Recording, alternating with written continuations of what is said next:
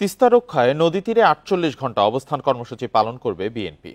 আজ ও কাল তিস্তা পাড়ের ১৩০ কিলোমিটার এলাকা জুড়ে লাখো মানুষ এই অবস্থান কর্মসূচিতে অংশ নেবে।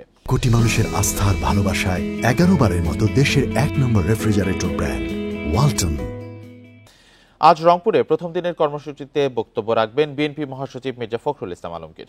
দলের ভারপ্রাপ্ত চেয়ারম্যান তারেক রহমান লন্ডন থেকে ভার্চুয়ালি যুক্ত হয়ে দ্বিতীয় দিন সমাপনী কর্মসূচিতে বক্তব্য রাখবেন।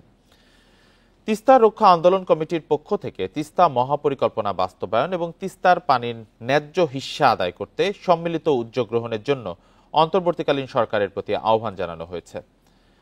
তিস্তা ব্যারাজ পয়েন্ট সহ লালমনিরহাট, গাইবান্ধা, কুড়িগ্রাম, রংপুর, নীলফামারী সহ ৫ জেলার ১১টি পয়েন্টে তাঁবু খাটিয়ে একই সময়ে এই কর্মসূচি পালন করা হবে।